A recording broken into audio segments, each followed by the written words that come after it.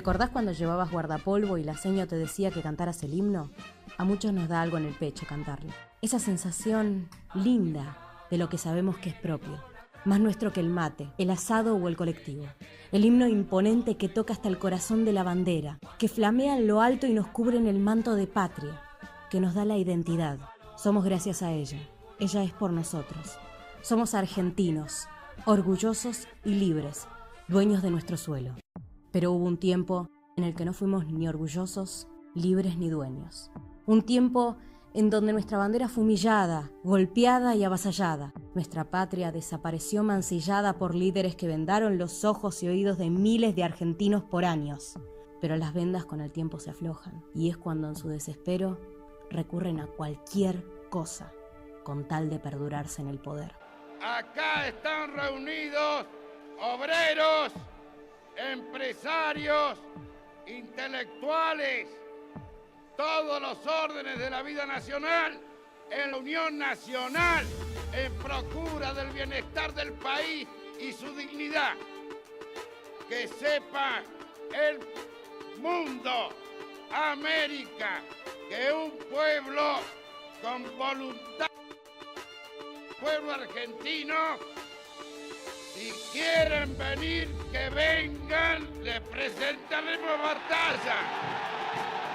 Tenemos la solidaridad de varios pueblos americanos que están decididos a dar batalla con los argentinos. La hidalguía del pueblo argentino en esta histórica Plaza de Mayo y en todas las plazas del país hace tender la mano al adversario, pero que esto no se interprete como debilidad. Si es necesario, este pueblo que yo trato de interpretar como presidente de la nación va a estar dispuesto a tender la mano en la paz con hidalguía y en la paz con honor, pero también dispuesto a escarmentar a quien se atreva a tocar 1 metro cuadrado del territorio argentino. Pero, ¿cómo se llegó a esto? Isabel Martínez de Perón llegaba a sus últimos días en el gobierno, con un país en un estado de alerta general y una economía en debacle. El 24 de marzo de 1976, es detenida por un grupo de militares en el aeroparque Jorge Newbery.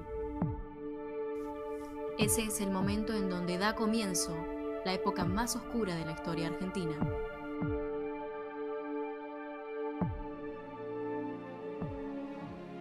El llamado proceso de reorganización nacional en 1980 dio claras muestras de agotamiento, lo que provocó numerosas tensiones sociales, desde el 90% de inflación hasta un brusco aumento en el endeudamiento externo de las empresas y del Estado.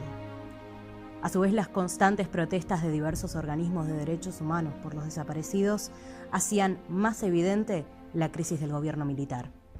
Es a final de marzo de 1981 que el general Leopoldo Galtieri sube al poder junto con el brigadier Basilio, Lamy Dosso y el almirante Jorge Anaya. Es Anaya quien propone la recuperación de las Islas Malvinas mediante la acción militar como solución al largo conflicto por la soberanía. Sin dudar, el plan fue aprobado, tanto por el efecto que podría tener para desviar la atención social de los problemas del momento, como por las posibilidades de recuperar el crédito perdido entre amplios sectores del país que serían sensibles ante una acción de interés patriótico como esa. El periódico La Prensa especuló con que sería un plan a efectuarse paso a paso, comenzando con cortar el suministro a las islas y que terminaría en acciones directas hacia fines de 1982, si las conversaciones en la ONU hubiesen sido infructuosas. La decisión final fue tomada bajo las erróneas suposiciones de que el Reino Unido nunca respondería militarmente y de que los Estados Unidos de América se mantendrían prescindentes, respaldando en última instancia a un país americano.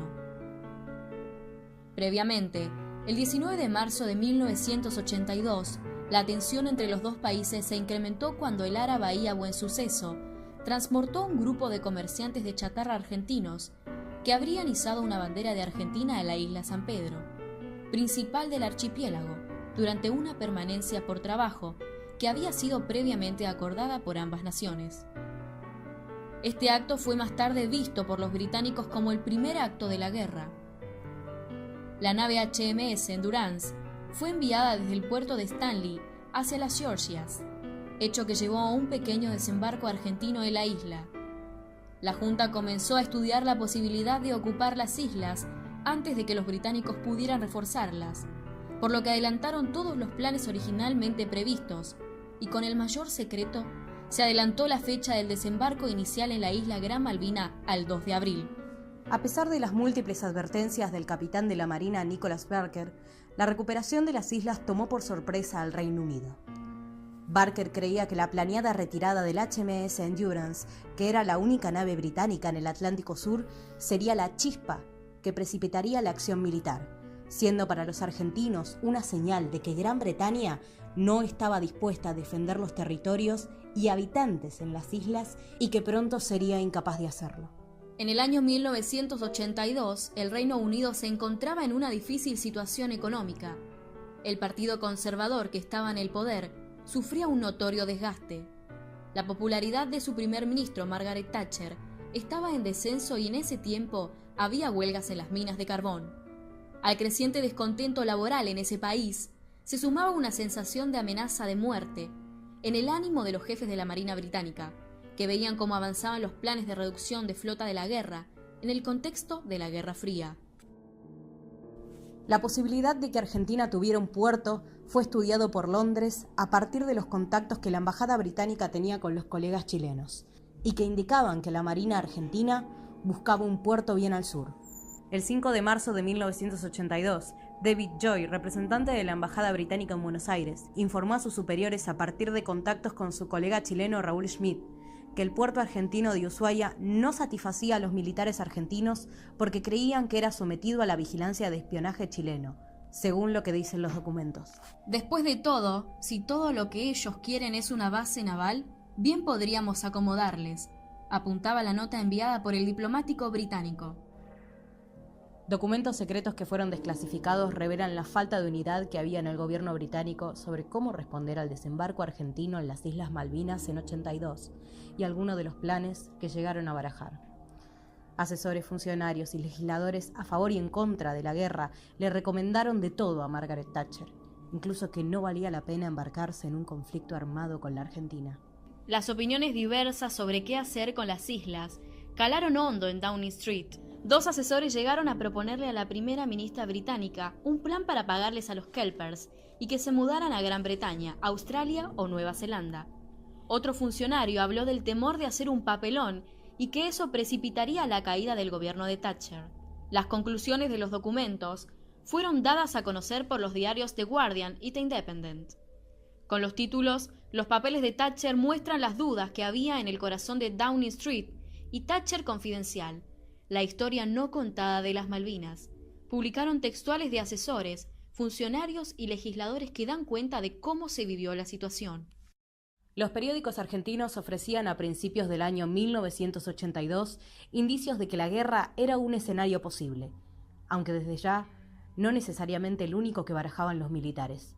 Sin abusar de la lectura retrospectiva, resulta sorprendente la cantidad de alusiones en este sentido en varios medios locales, entre ellos el diario La Prensa. Así, el 17 de enero aparecía en este periódico una nota firmada por el columnista Jesús Iglesias Rouco, quien sostenía que todo indica que a juicio de las máximas instancias de poder, de la solución que se le dé al problema del Beagle, dependerá de las Malvinas, o viceversa. Repetimos, o viceversa. 2 días más tarde, en el mismo periódico, su colega Manfred Schönfeld advertía que la cuestión tiene una simple solución: la de que un día amanezca con el archipiélago reincorporado al territorio nacional, sin explicaciones de que haya a dar a nadie. El 24 de enero, Rouco volvía sobre el tema ya de manera más explícita. Si las negociaciones diplomáticas fracasaban, el periodista se hallaba en condiciones de anunciar que Buenos Aires recuperará las islas por la fuerza. Incluso arrojaba datos de la operación. Se estima que será relativamente sencilla, en vista de los escasos pertrechos militares de las islas. A Buenos Aires se le atribuye la determinación de evitar toda efusión de sangre. Las Malvinas y el Beagle, quizás con bases conjuntas merced a un tratado del Atlántico Sur, se convertirán así en dos de los principales puntuales de la estructura defensiva de la región. Resulta llamativo que en ningún momento las autoridades militares hayan desmentido este tipo de afirmación.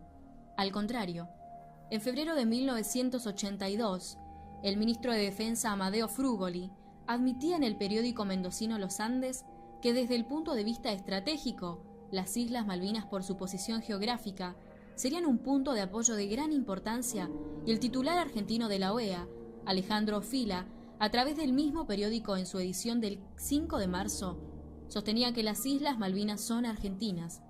Y estoy seguro que no ha de pasar mucho tiempo para que en ese rincón del territorio nacional ondee la bandera de la patria.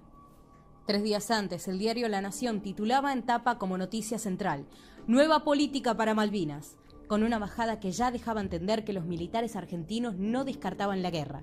El gobierno endureció su actitud al reservarse el derecho de tomar otras medidas si no dieran resultado las reuniones mensuales propuestas para acelerar verdaderamente al máximo la negociación. Por estos mismos días, un periódico británico, The Manchester Guardian, registraba el endurecimiento de las posiciones diplomáticas argentinas y aseguraba que Galtieri había dejado entrever que uno de los objetivos políticos de su gobierno era impedir que se cumplan los 150 años de ocupación inglesa en las islas.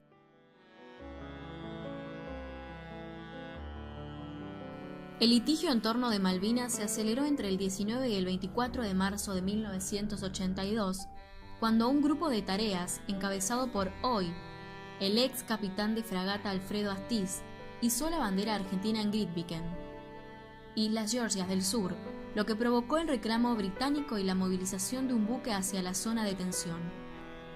El juicio de Rouco es significativo, porque muestra bien, además del cuestionamiento que sufrían los militares en los momentos previos al desembarco, que no solo grupos de la Marina estaban interesados en el desembarco en las islas. Había civiles que desde lugares de enunciación destacados en la formación de opinión alentaban pasar a los hechos. La conflictividad interna y la cuestión Malvinas finalmente estaban tan ligados en esta coyuntura que no sorprende el título de crónica el martes 30 de marzo, el día de la primera huelga general contra la dictadura. CGT ratificó el acto. Gobierno lo prohíbe.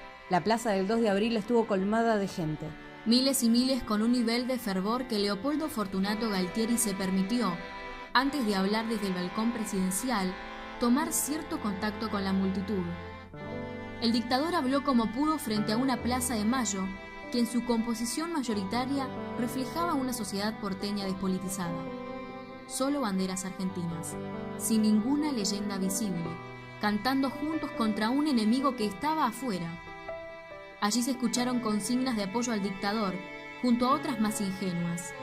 Hubo también en esa plaza manifestantes que habían sido reprimidos los días previos.